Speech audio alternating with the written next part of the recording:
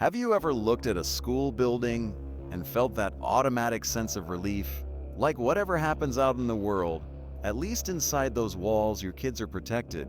Teachers are supposed to be anchors. The adults who notice the quiet student, guide the lost one, and keep everyone steady when life gets messy. But sometimes the danger doesn't walk in wearing a threat. Sometimes it arrives smiling, calm voice, warm eyes. The kind of person teenagers describe as someone who actually gets it. That's what people in a small Indiana town believed when a new teacher stepped into their community. Life there had a rhythm that rarely changed. Neighbors recognized each other's cars. Kids stayed outside until the sky went orange. Doors weren't always locked. Schools especially were seen as the safest place in town. And then Britney Foronberry showed up. At first glance, she looked like the kind of teacher every district wants to hire. Young, confident, friendly. The one who didn't talk down to students, who made them feel heard.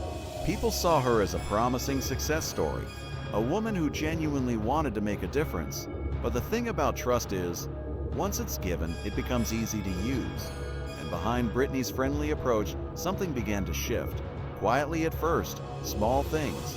Conversations that got too personal, gifts that didn't feel like normal teacher gestures, jokes that pushed past what should ever be said in a classroom, messages that would appear then vanish, leaving no trail. And before long, what started as a teacher who seemed cool turned into an investigation that would shake multiple families and rip the town's sense of safety in half.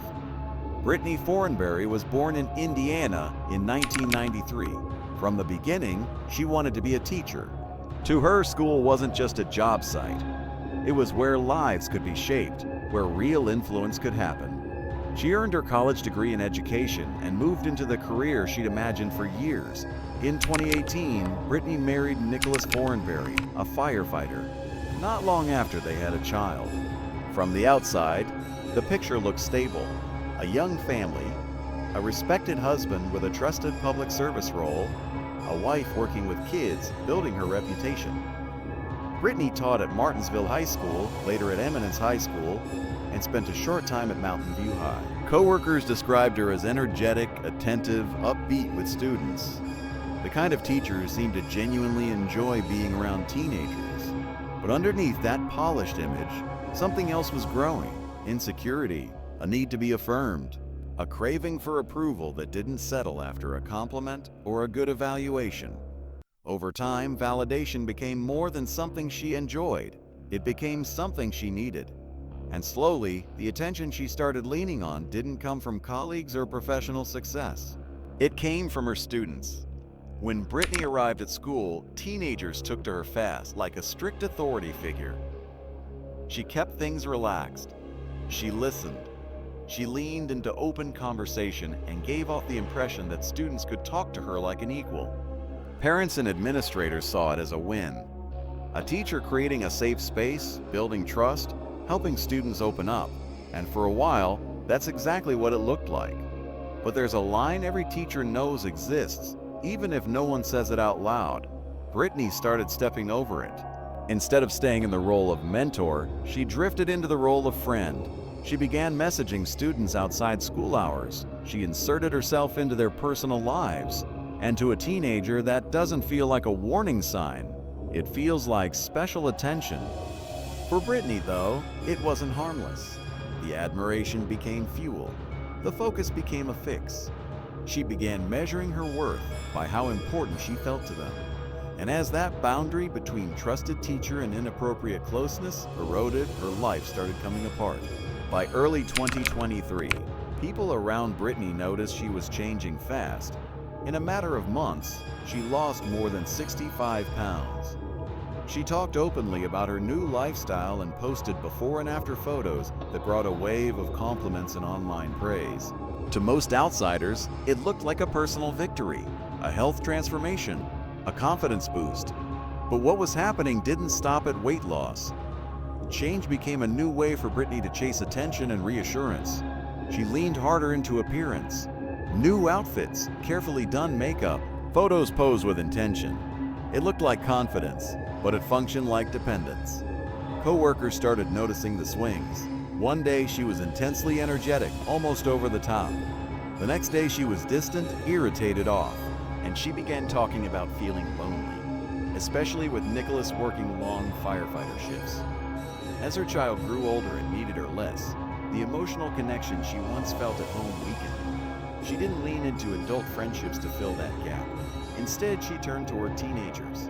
By spring 2023, she became noticeably active on social media, using it as a bridge to students. Instagram, Snapchat, classroom selfies, short videos with commentary, stories that students watched, replies that crossed into direct conversations. At the start, it could pass as school-related. Messages like, "How did the test go?"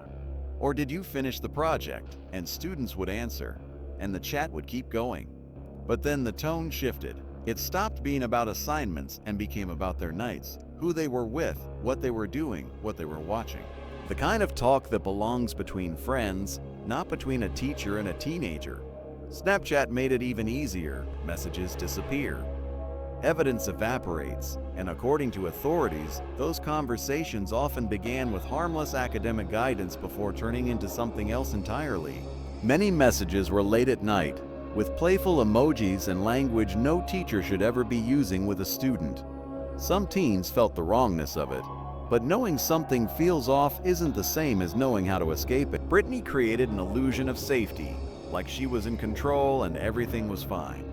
When one student tried to pull away, she pulled him back in with reassurance. She told him he could trust her, told him he was special, told him he understood her better than anyone else. And for a teenager, those words hit like a hook. It later came out that Britney relied on disappearing messages and hidden settings to avoid leaving a record. Sometimes she sent photos that didn't technically violate a rule in the strictest sense, but clearly crossed professional boundaries. Personal images from home, mirror shots, little glimpses of a private life shared quietly in private chats. Some students tried to delete what they saw and move on. Others felt uneasy but stayed silent, afraid they wouldn't be believed. And as the silence held, Britney's confidence grew.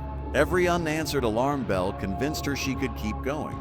As the online communication became routine, Britney tightened the connections in real life too.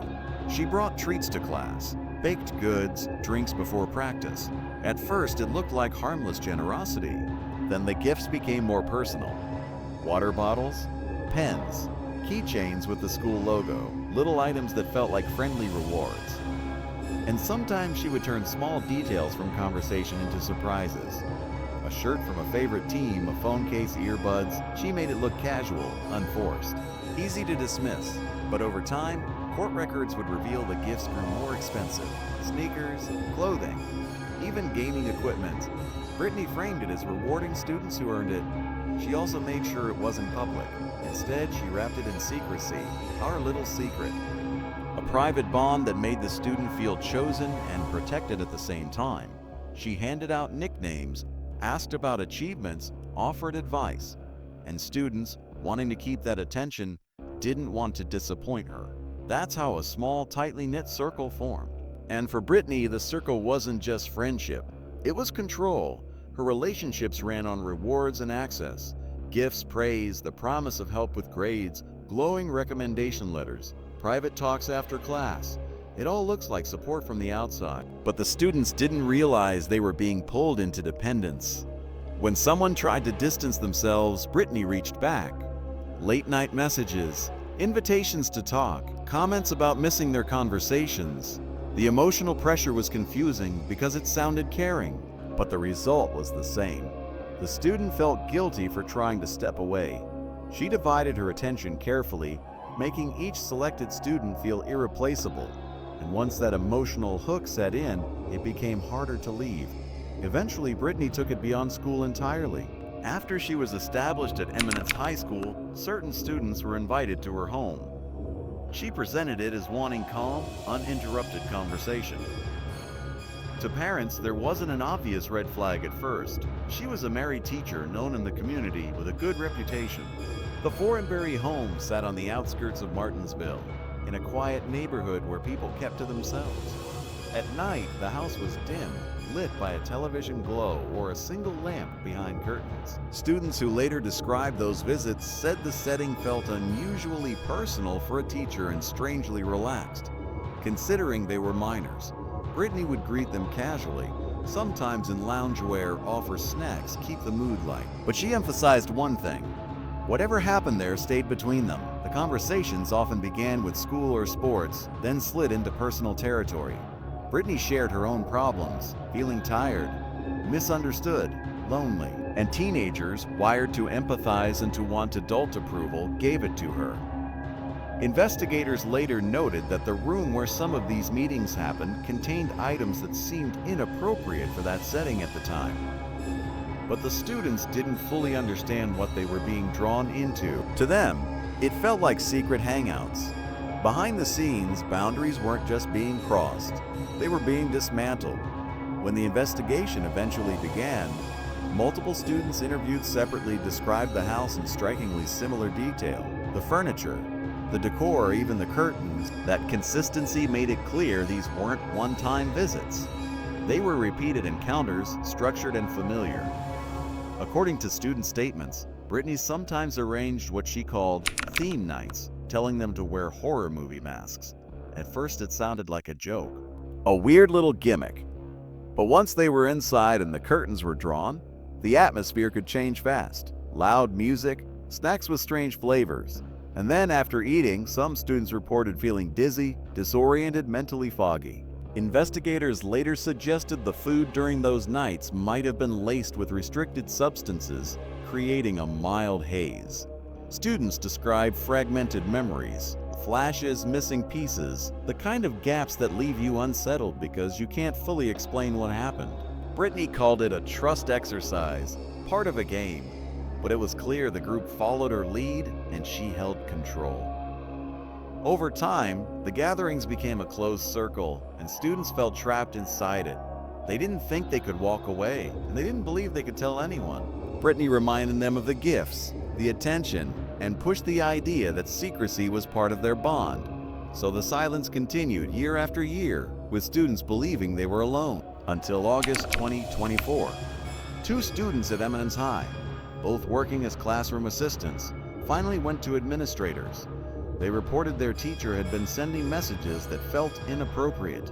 They described how the conversation started with schoolwork, but shifted into personal territory and crossed professional boundaries. The administration moved cautiously at first. Britney had a strong reputation, and a public scandal would hit hard. But when the students provided evidence, screenshots, chat logs, detailed accounts, the school acted. Guardians were informed. The district education office was alerted. The next day, Britney was placed on temporary leave while the school conducted a review. She was told an internal investigation was underway, though not given full details. That night, Britney deleted her social media accounts. She stopped responding to colleagues, and by the next morning, she resigned, citing stress and family reasons. The school may have hoped it would end quietly, but the sudden resignation and the lack of public clarity only fed rumors. Parents and staff started talking. The whispers spread, and soon it landed in the county prosecutor's office. Morgan County detectives began digging into Britney's digital footprint, Instagram, Snapchat, especially the disappearing message patterns students had described. That data became the groundwork for a full-scale investigation, connecting concerns at Eminence High to incidents tied to Martinsville High. For the students who spoke up, it wasn't an easy decision. They knew they were accusing someone many people viewed as kind, but the fear finally outweighed the guilt, because staying quiet meant it could keep happening. From that moment on, Britney Foronberry wasn't just a rumor in the hallway. She was the subject of a criminal investigation that would soon make headlines across Indiana. In December 2024, the investigation took a sharp turn. An elderly woman walked into the Morgan County prosecutor's office and demanded to speak with an investigator. She identified herself as the grandmother of a 16-year-old student. After news spread about Britney's detention, her grandson finally admitted he had been involved too. Her account pointed to an incident back in 2023 when Britney was still teaching at Martinsville High School. According to the grandmother, her grandson had stayed silent for months, but once the case was in the open, he couldn't carry it alone anymore. He described Britney initially as a teacher who seemed caring. Food, small gifts, friendly talk, then personal messages, then meetings off campus. He said that one evening, after consuming something she gave him, he became ill and had gaps in his memory. Those details echoed what other students had already described. The case was assigned to Detective Patrick Williams, who had been reviewing Britney's digital communications. Now he started lining everything up: dates, phone records, message history, descriptions of the home. The overlap was too strong to dismiss. With this new evidence, authorities secured a warrant to search the Foronberry residence again. Investigators seized electronics, handwritten notes, and physical items that matched what students had reported. Once the public learned this, the reaction spread beyond one school. Families from other places Britney had taught began stepping forward, worried their kids may have crossed paths with her too. What began as isolated reports now looked like a consistent pattern. Because one grandmother refused to stay quiet, the case widened. More victims, more witnesses, and for the first time, people started speaking openly. As the focus stayed on Britney, attention also turned toward her husband. Nicholas Foronberry had a reputation of calm reliability. As a firefighter, he was seen as someone the community could count on. That made what surfaced next even more difficult for people to process. Multiple students said Nicholas was home during some of Britney's encounters. They recalled seeing him in the hallway during one of the so-called discussion nights. Others said he walked by the room without questioning why students were there. Investigators later confirmed Nicholas knew students were visiting the home. Some witnesses even claimed he helped Britney organize the gatherings, presenting it as help with school projects. When Nicholas was questioned, he denied knowing what was really happening, but his statements conflicted with evidence and with what students described. He was eventually charged with concealing information and intimidating minors. For the community, that was another shockwave. A man once viewed as a hero now tied to the same case that had already shattered trust in the family's image. By early February 2025, the investigation reached its final phase. After months of evidence review and testimony collection, the Morgan County Prosecutor's Office issued an arrest warrant for Britney. She was taken into custody early in the morning outside her Martinsville home. She didn't resist, but during questioning, she denied several allegations. She claimed the messages and meetings had been misunderstood. Investigators didn't see it that way. They had text messages, phone records, and multiple student statements that didn't line up with her explanations. Charges were also filed against Nicholas, and he was arrested days later during a press conference. Detective Patrick Williams confirmed the investigation involved multiple incidents across 2023 and 2024. Britney faced charges tied to using digital platforms to communicate inappropriately with students and committing serious breaches of professional boundaries. All affected students were granted protected witness status, keeping their identities confidential after the official announcements. The public reaction was immediate. Parents demanded answers. The district launched internal investigations at both Martinsville and Eminence. People struggled with the same question over and over. How could someone with such a strong reputation hide something like this? For many families, it didn't just break trust in one teacher. It cracked trust in the system itself. But one thing was finally happening that hadn't happened for years. The students were being heard. What once sounded like small, isolated discomfort became the foundation of a major criminal case. Authorities said the actions of Britney and Nicholas Foronberry caused real harm, not just to individual students, but to the broader sense of security inside the school community.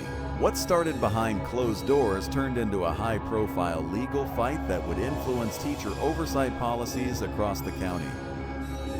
By spring 2025, the case reached a crucial point. After months of interviews, expert analysis, and evidence gathering, prosecutors formally charged Britney Foronberry with 41 counts. The charges included distributing inappropriate material to minors, unprofessional digital communication, manipulating students, and serious violations of professional conduct. By summer 2025, Britney remained in custody without bail, waiting for a final verdict. Nicholas was also being held as part of a separate investigation connected to the case. When the judge announced a delay to allow additional forensic review, the courtroom went quiet. And even without a verdict that day, the feeling in the room was heavy, like most people already understood where it was headed. Because the truth is, a community can rebuild buildings, it can replace staff, it can rewrite policies, but trust doesn't come back that easily. As one parent said at a community meeting, the most frightening monster is the one who knows how to smile. If this case held your attention, like the video and subscribe to the channel. We post crime case videos every night. Until next time, stay sharp, stay vigilant,